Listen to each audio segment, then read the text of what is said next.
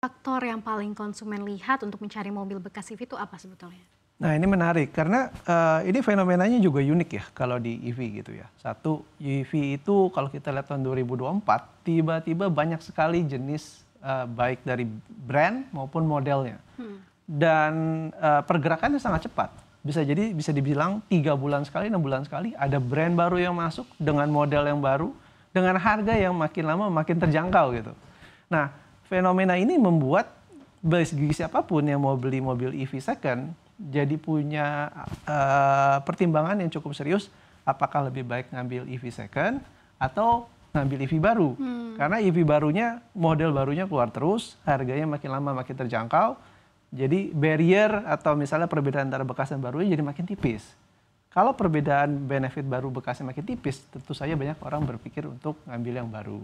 Oke. Apakah jauh begitu jatuh harganya EV second dibandingkan yang baru atau seperti apa? Nah, ini juga data yang paling sering diminta dari OLX akhir-akhir ini dari teman-teman jurnalis gitu ya.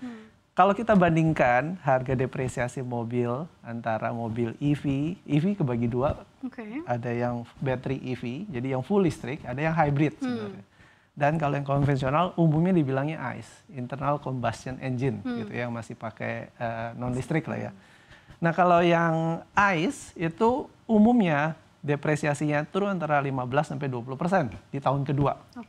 Kalau yang hybrid itu sedikit lebih tinggi depresiasinya, sekitar 20-25. Tapi yang battery EV ini yang menarik karena depresiasinya cukup besar, sampai dengan 30% di tahun kedua. Nah, kenapa bisa begitu ya? Mungkin balik lagi dengan fenomena yang tadi. Fenomenanya adalah di battery EV ini banyak. Jadi kalau dari si pembeli itu diberi pilihan yang cukup dilematis. Mobil barunya keluar baru banyak, modelnya makin keren, makin canggih, dan harganya makin terjangkau. Jadi kalau misalnya mau ngambil mobil second EV, umumnya mereka cari yang benar-benar good deal. Yang good dealnya bagaimana? Biasanya 2 faktornya. Satu dari sisi harga dan kondisi. Oke, ini menarik ya membicarakan soal second hand mobil EV, tapi kalau kita lihat juga trennya juga pada tahun lalu mungkin hingga tahun ini kan penurunan daya beli masyarakat. Ini apakah berpengaruh juga terhadap minat konsumen membeli mobil bekas? Nah itu mungkin koneksinya ya atau red dotnya gitu ya. Kalau tahun lalu industri mobil baru mengalami penurunan 13%, tapi di mobil bekas kalau berdasarkan data OLX stabil, bahkan data Gaikindo bilang mobil bekas malah tumbuh ke 1,8 juta. Walaupun mungkin data itu 1,8 juta itu kan bisa jadi berdasarkan data berapa banyak orang yang melakukan balik nama.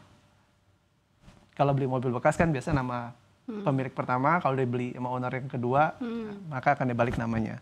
Tapi tahun lalu juga ada kebijaksanaan dari pemerintah pemutihan biaya balik nama.